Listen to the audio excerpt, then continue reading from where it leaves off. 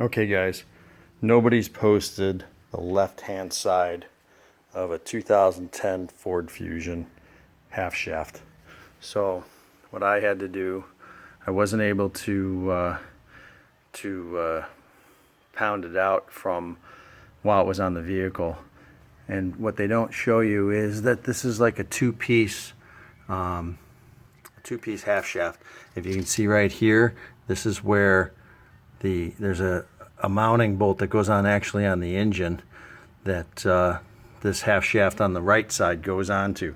So I had to actually pull the whole thing off to get it to separate.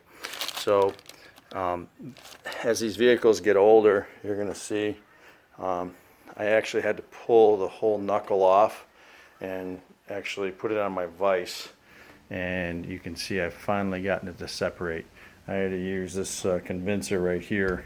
I think it's a 6-pound sledge or an 8-pound sledge to get it to separate. So I left the nut on like the previous guys have suggested, pounded the snot out of it, and finally got it to release. So I'm going to get underneath and show you guys what this thing looks like from the underside. But mine has actually a little seal on here that goes to there's kind of like a middle